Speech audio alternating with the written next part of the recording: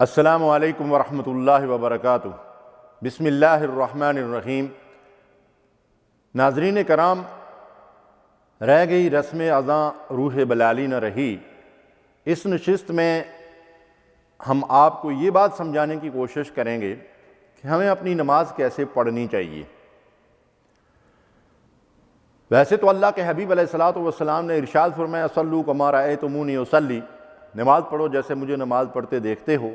اس میں ہمارے لیے مکمل رہنمائی موجود ہے کہ ہمیں نبی کریم صلی اللہ علیہ وسلم کی سکھائی ہوئی نماز ویسے پڑھنی چاہیے جیسے رسول اللہ صلی اللہ علیہ وسلم نے اس کی تعلیم دی یا ہمیں عملاً نماز پڑھ کر اس کا طریقہ بتایا۔ لیکن پھر بھی میں اور آپ سب جانتے ہیں کہ ہماری نمازوں کا حال کیا ہے۔ حضرت عبداللہ ابن عباس رضی اللہ تعالی عنہ جب اذان سنتے تو اس قدر روتے تھے کہ چادر بھی جو ہے وہ آنسوں سے تر ہو جاتی تھی۔ کسی نے ان سے کہا کہ ہم اذان سنتے ہیں تو ہمارے اوپر اس کا کوئی اس طرح کا اثر نہیں ہوتا، تو آپ اس قدر زار و قطار روتے ہیں؟ تو انہوں نے فرمایا کہ اگر لوگوں کو معلوم ہو جائے کہ مؤذن کیا کہتا ہے، اللہ اکبر، یعنی میں نے تو ابھی آپ کے سامنے نماز کی بات کی، یہ تو اذان ہے جو بلاوا ہے اس نماز کی طرف لوگوں کو جو ہے وہ توجہ دینے کے لیے۔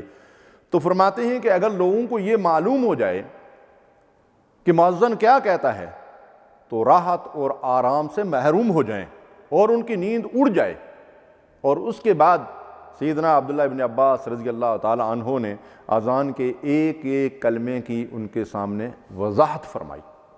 تو ناظرین کرام ذرا غور کیجئے کہ اگر اذان سن کر بزرگوں کا یہ حال ہوتا تھا تو پھر نماز کے حوالے سے کہ وہ اللہ کے حضور حاضری ہے، اس رب کے سامنے کھڑا ہونا ہے، اس سے ملاقات ہے، اس سے مناجات ہے، اس رب سے ہم کلامی ہے، تو واقعی یہ ہے کہ بندے کے رونگٹے کھڑے ہو جانے چاہیے۔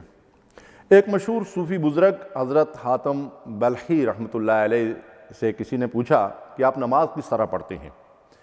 تو انہوں نے اپنی نماز کی منظر کشی یوں کی کہ فرمایا کہ جب نماز کا وقت آتا ہے تو پہلے نہایت اطمینان سے اچھی طرح وضو کرتا ہوں، پھر اس جگہ جاتا ہوں جہاں میں نے نماز ادا کرنا ہوتی ہے، اور اول نہایت اطمینان کے ساتھ اللہ کے حضور کھڑا ہوتا ہوں، اور کھڑا اس طرح ہوتا ہوں کہ گویا کعبہ شریف میرے سامنے ہے اور میرا پاؤں پلسرات پر ہے۔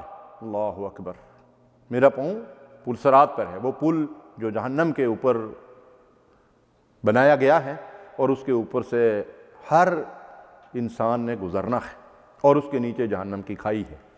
تو فرماتے ہیں کہ یہ تصور کرتا ہوں اللہ کے حضور کھڑا ہو کے کہ میرے سامنے کعبہ ہے اور میرا پاؤں پلسرات کے اوپر ہے، دائیں طرف جنت ہے اور بائیں طرف دوزخ ہے، اور موت کا فرشتہ میرے سر پر ہے، اور میں سمجھتا ہوں کہ یہ میری زندگی کی آخری نماز ہے۔ اللہ اکبر۔ اللہ کے نبی صلی اللہ علیہ وسلم نے فرمایا کہ ہر نماز کو زندگی کی آخری نماز سمجھ کر پڑھو۔ تو بزرگ فرماتے ہیں کہ میں اس نماز کو اپنی زندگی کی آخری نماز سمجھ کر پڑھتا ہوں کہ شاید اس کے بعد مجھے یہ موقع نہ مل سکے کہ میں اس طرح اللہ تعالیٰ کے حضور کھڑا ہوں اور اللہ سے ہم کلام ہوں، اور میرے دل کی جو حالت ہوتی ہے اس کو میں بیان نہیں کر سکتا، اس کا حال اللہ ہی جانتا ہے۔ اس کے بعد کہتے ہیں کہ میں نہایت عاجزی کے ساتھ اللہ اکبر تکبیر تحریمہ کہہ کر ہاتھ باندھتا ہوں، اور پھر قرآن مجید کو خوب اچھی طرح سمجھ کر پڑھتا ہوں۔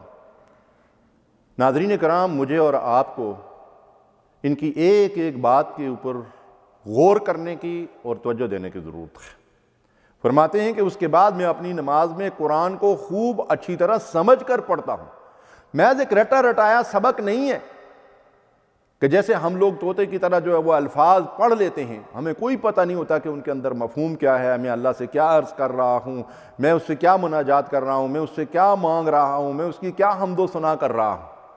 تو اس کا مطلب یہ ہے کہ ہمیں نماز سمجھ کر پڑھنا چاہیے۔ تو فرماتے ہیں کہ اس کے بعد قرآن سمجھ کر پڑھتا ہوں، تواضع کے ساتھ، عاجزی کے ساتھ اللہ کے حضور جھک کر رکوع کرتا ہوں، اور پھر عاجزی کے ساتھ اللہ کے حضور سجدہ ریز ہوتا ہوں، اور اطمینان سے اپنی نماز کو پورا کرتا ہوں۔ اس طرح کہ اللہ کی رحمت سے اس کی قبولیت کی پوری امید رکھتا ہوں، اور اپنے اعمال کی وجہ سے مجھے یہ خوف بھی لاحق ہوتا ہے کہ شاید میری نماز اللہ کے حضور قبول ہوگی یا نہ ہوگی۔ اللہ اکبر! یہ ہے نماز کا وہ اصل نقشہ جو اللہ کے نبی صلی اللہ علیہ وسلم کا فرمان ہے کہ نماز پڑھو جیسا مجھے نماز پڑھتے دیکھتے ہو۔